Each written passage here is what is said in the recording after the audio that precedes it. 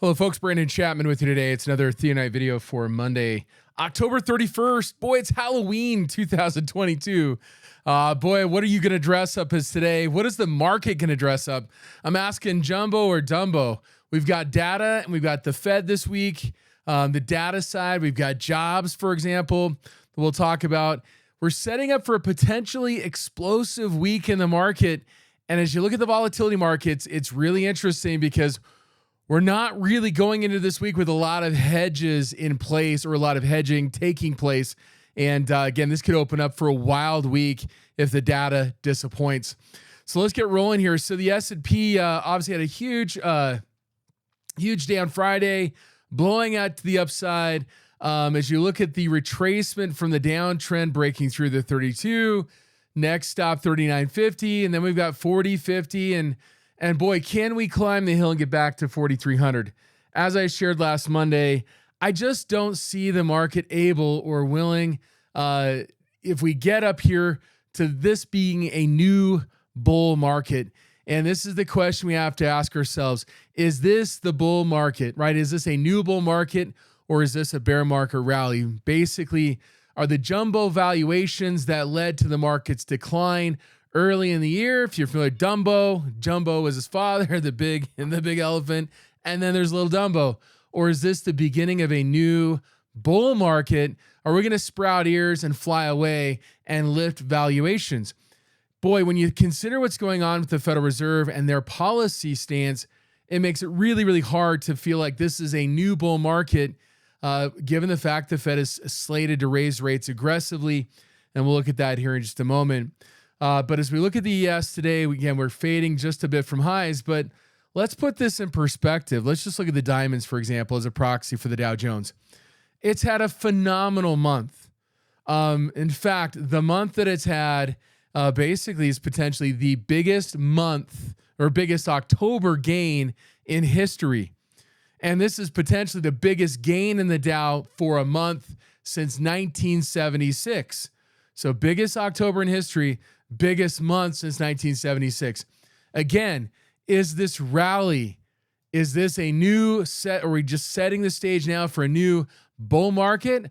Or is this the aged, just overweight, overvalued market, and as earnings continue just lower, is likely going down? One of the biggest reasons for the rally we've seen here in the market, generally speaking, why we've kind of found support in the recent weeks, has been earnings. I mean, companies have beat at a relatively high rate. They beat revenues at a relatively high rate as well as earnings. And the fact of the matter is that, it's not as bad as we thought, but the downgrade in terms of earnings is real and it continues. And many of these companies are not in a position where earnings have fully adjusted to the reality that we're likely going to see next year. And one of those realities popped up today in terms of wheat. Wheat prices jumped to about 6% on news that, some of the agreement of shipping wheat out of Ukraine is unwinding with some of the conflict that's going there. You know that we're sitting right now, we have one foot on a banana peel, right? That this is a really difficult market to continue to expect to see prices increase. However, that's not to say that people aren't going to try to goose the market. One way they do that is through option trading, right? Through large options where it gives them leverage. It adds to the kind of that gamma squeeze as market makers have to hedge the option trade, the long call, for example. And as that option goes in the money, it increases the delta, forces even further buying, and you get this feedback loop. If you can throw in high short interest stocks on top of it, even better. But as we look at the top, the market did not do great today, but energy XLE was the best performing sector. And again, this is an area that we've kind of been, I've kind of focused in my video, in my class I do every day at TheoTrade as an area to be bullish on. We backed off that back here on the 7th. And it looked like on Friday and again today, it just looks like we're a bit overextended. It's hard to know how far the market's going to pull back. Is XLE going to 85? Is it going to 70? But the reality is when you get a nice run like this, which there was a lot of, option-oriented activity pointing to the fact we may get a rally here. And one of the stocks that's been a focus of mine is MRO as a result of the activity, right? Back here before the breakout on the 18th. We've made a nice run. We got a pullback. Today, we're kind of forming a little bit of support. Earnings are coming up. Is this a point, if you're more of a shorter term swing trader, is this a point where you really probably want to be long energy? The answer is probably not. Bigger picture focus, okay, maybe you hold through the earnings, but the idea is that there is risk, right? Even though companies like, for example, Exxon reported rather robust earnings last Friday, in fact, the market didn't really reward it with some major gap. Why? Because it's already priced in before the earnings. And so this creates a point in the market right now where even if the market does continue to move higher, there's a chance of rotation, selling energy and buying some other sectors. And again, an area that I've been focused on is staples and secondarily utilities. There was some bullish trade in utilities last week, but with the rise in yield, it does create a difficult climate if yields keep rising for utilities to keep performing. But even staples right now are a bit overextended. So last week, when we had some of the bullish activity right there, for example, we kind of got the pullback there, set some targets for utilities at 71, 72. If we break this, we may have a chance of getting back to 77, but that doesn't mean we can't experience a short-term pullback, okay? And these short-term pullbacks sometimes retest lows again, right? So these are reasonable times right now to consider taking profits with such a big week and with the Fed set to announce on Wednesday. So let's talk about that announcement. What I'm going to bring up right now is the CME. It's the Fed Watch. This takes the futures market, the Fed funds futures, and it, basically based on where that's pricing, it gives you a probability. So if the Fed funds futures are pricing somewhere between 3.75 to 4, this gives you a sense of where the 88% is, meaning that the midpoint is 3.8125. So the more we price at that level, we're close to 100%. Now, one of the interesting things about this, it's only 80%. I say only 88% because a week ago it was a 95%. We dipped on Friday to 82, and it seemed like some of the news was coming out, speculation that the Fed was going to maybe pull back on the reins, erased a little bit today. But we're going into the Fed statement on Wednesday. And right now, again, it's been this way for a while. The expectation the Fed's going to raise 75 basis points or 0.75% to a target range of 3.75% to 4%. Now, where the Fed funds rate has the most influence in the bond market is with shorter term treasury. So, for example, the 3-month treasury yield is pricing already the next round of increases. So you notice right here, 3.975. So again, if this was pricing at the midpoint between 3.75 and 4, it would actually be a little bit lower here at 3.8125. Instead, we're pricing up here. Why? And it's because when you look just out a month and a half later, what you'll notice is that the market is expecting another 75, or at least 50, if not 75. Right now, it's over a 50% probability the Fed's going to raise another 75 basis points in December. And you'll notice 50%, 43, 54.9, 0 a month ago. So again, we're riding towards the highs of the last month in terms of expectation. The Fed's going to raise another 75. At least there's a 94, 90, almost 95% probability they're going to raise at least 50, if not 75. And then you look at February. February, we're looking, okay, we're at 4.75. Now, obviously, you look at 5.25.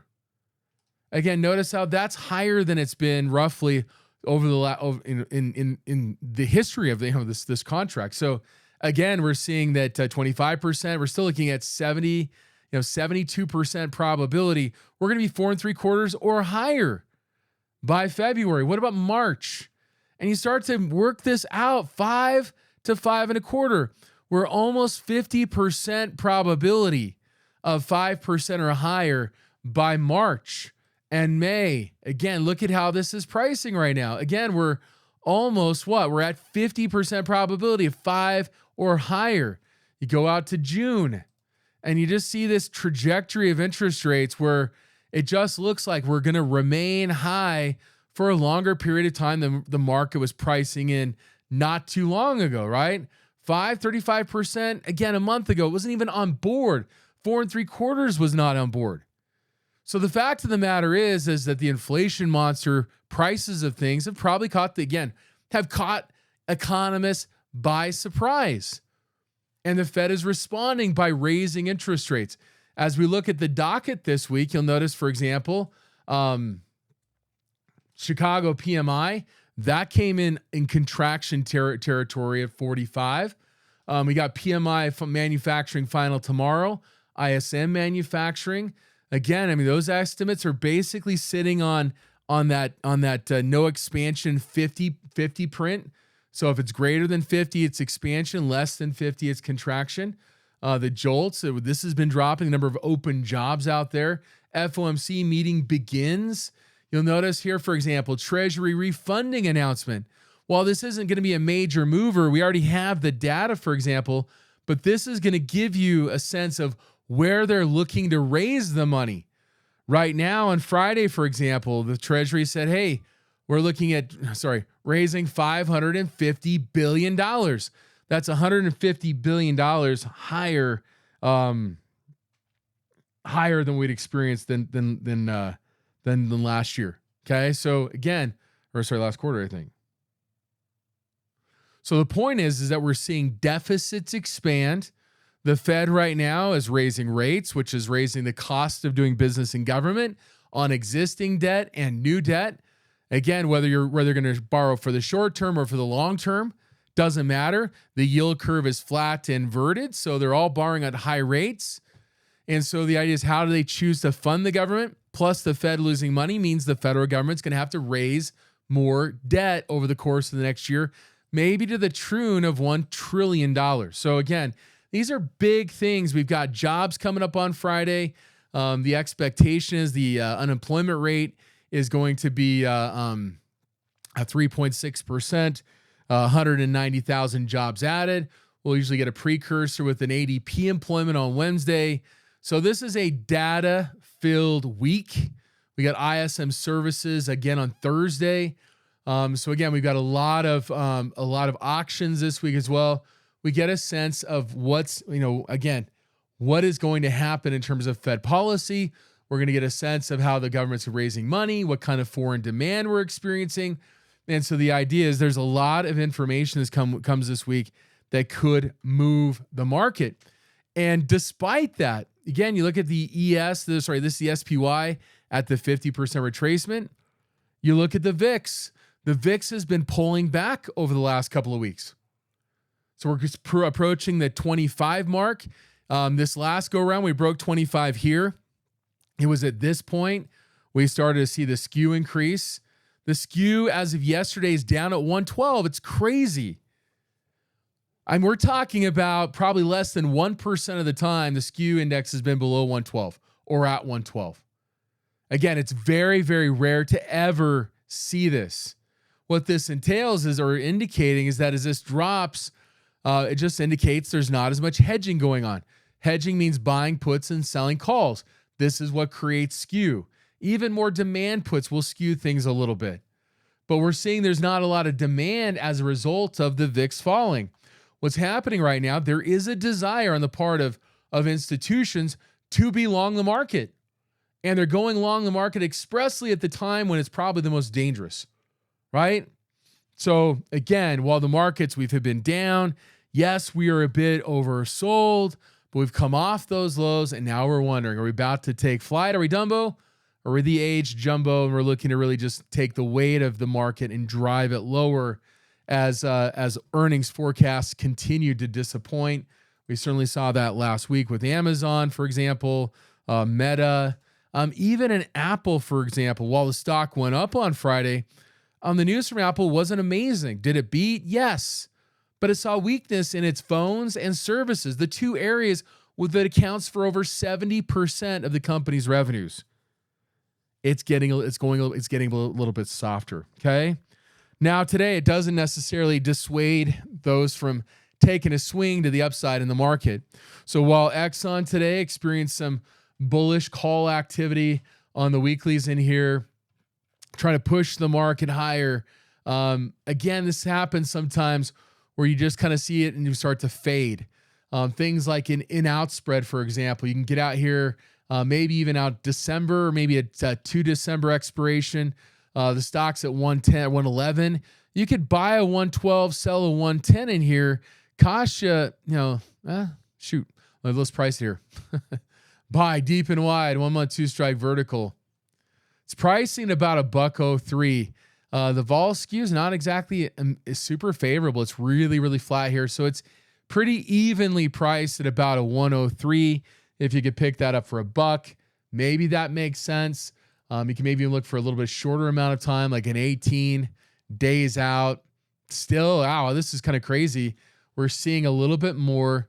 It's just a really flat curve here. So the pricing's just okay to do an outspread. You can even look at some product like XLE, where Exxon has a significant weight in, and you are seeing a little bit more skew in here that would benefit a long put vertical, like for example, a 91.89.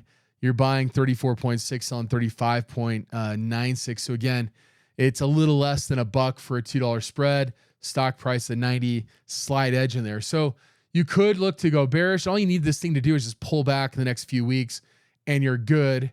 But other areas of strength, the one I talked about last week, this was in my session. I saw some, significant option activity, call option activity in CGC. On this move, we previously saw a big pop back here as a result of some of the expectation, the policies in the United States on selling cannabis or marijuana, whatever, right, is going to become more lax. There was some consolidation in the industry. Canopy's a big player in the space, Canadian company. And we talked about in my session, looking at an upside spread to $4.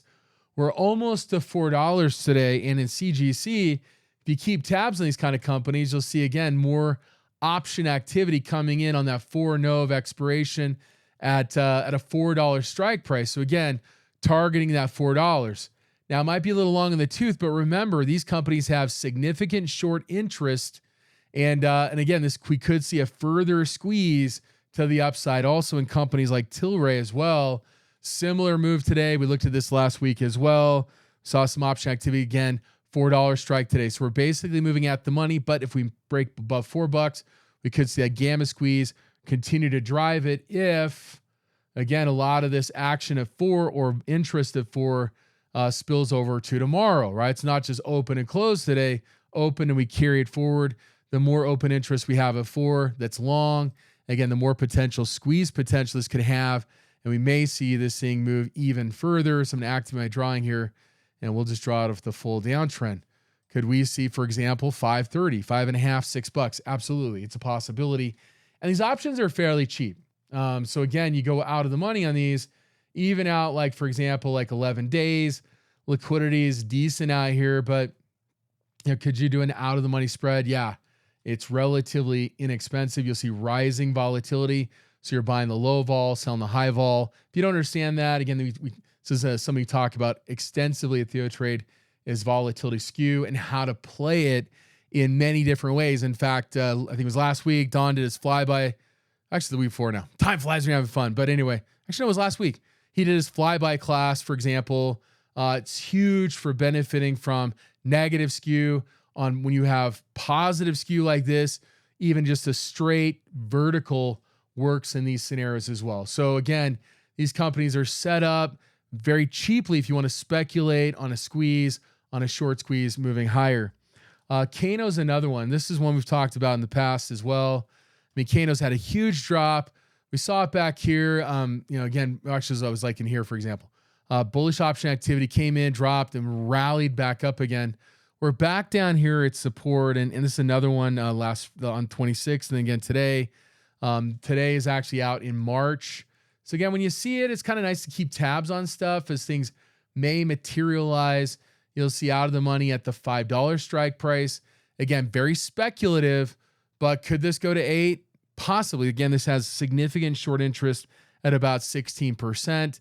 And we're seeing a number of trades today in the options market that aligns with high short interest type companies. Again, with the scan that I use, there's a lot of ways to kind of change it up and look at different areas of the market. You'll see I'm scanning in weeklies here, but you can scan in sectors and industries and whatever, and you can modify the criteria. But another one of these is SOFI, right? This is 11 NOV, $6 call, 67,000 contracts. So again, you look at SOFI in here, and it's how you find these companies. It's not hard. It takes a little bit of time to wade through it.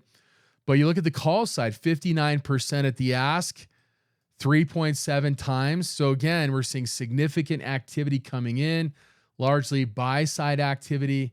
And again, the scan tab tells you where it is. It's an 11 NOV expiration out here at the $6 strike price. So you consider what's happening this week. There's earnings. And this is one thing that we saw with a number of companies over the course of the last week. I thought Bank of America really laid it out there that the consumer, and specifically a lot of credit card related services, is a little bit better than expected. However, Capital One's one that went up. But on the flip side, if you look at one like Ally, for example, Ally went down. So not all these companies are created equal. SoFi is a lot in the mortgage space as well. There's been issues with SoFi, but sometimes you price that in a lot and we get a little bit of a surprise. We get a near-term rally. And today's trade in that 11 November expiration indicating $6 to the upside. So again, there's bullish opportunities, right? But again, it's one of those things where these are more one-off. So it's just the idea that are these high short interest names, do they have more room to run? So you look at the scan tab as well, Hood. So you dig into Hood's trade, 4 NOV, 1250. So let's bring it up here. So 4 NOV, yeah, I got a dinky little position, this small account. Most of my stuff's in another place, but 24,000 contracts against 3,000 here, 1250 at the 1250 strike. Again, I bought this a while ago just to speculate maybe they get taken over. Actually, it was back here, for example. But the idea is earnings are coming up. Is the brokerage space going to look better? Is this company, set up? Well, again, there's maybe some speculation for this week. The earnings are coming up when? Are coming up on the 2nd. Again, out of the money, mostly bought at the 1250 strike. So at least someone's speculating for some upside. Again, you can use, these are a lot of depth, these markets, liquidity, butterfly trades, for example, can work. Ideally, you're going to do it right ahead of the earnings. So maybe tomorrow, or if it's after the close on Wednesday, ideally, because that's when you get the vol crush. So you'd probably wait to put this on until a Wednesday scenario. Looking for the upside, the expected move for the week is $1.40. So we're currently $11.60, $13 could be the potential upside move here in Hood. So again, activity in Hood as well. Another high short interest name. And so I'm kind of bringing this up because, again, you're seeing some speculative trade on high short interest names, anticipating a bit of a short squeeze. But in this case, it's driven a little bit more potentially by fundamentals, as the high short interest names are not being bought generally. You did see GameStop today try to make a breakout, faded back again. Again, if you're trying to take a stab at this kind of stuff, you could try it way out of the money there, right? For the next 2 weeks, 40, 45. It's going to cost you relatively little, but if there's a short squeeze, cost you 20 cents for a $5 spread. Maybe you could make $2 to $3 if this breakout did continue or did happen this week. But today's fade from the highs just shows they tried to drive it and it failed a bit. But one difference with GameStop right now as a short squeeze candidate, volumes have declined a lot, which means the high short interest that's there, the high short ratio, which is kind of the days to cover in the teens, shows that if we do run for cover here and shorts begin to buy back the shares, because we do have rather significant short interest, this stock could readily go to 45. So again, if you're looking for those lottery ticket type trades, I think there are some right now that are setting up today with some of these high short interest names. Another note on the XLE, on the energy front, Biden administration talking about windfall profit tax. They've benefited a lot by Biden's policy. This was a theme that I had just after the election, that energy companies should do fairly well. But they're also coming up off of just a disastrous 2020. high debt levels, low cash. And right now they're recapitalizing, but that's not exactly what they want them to do, right? So, again, other risks that are out there that kind of play into the potential of profitability leading to talk of taxation that may limit profitability in the future. Finally, we'll talk about WYNN. So these major whipsaws of these companies as data comes out or news comes out from China, apparently an e-visa is becoming accessible to travel to Macau. And so the stock's up on this information. However, they do have earnings coming up.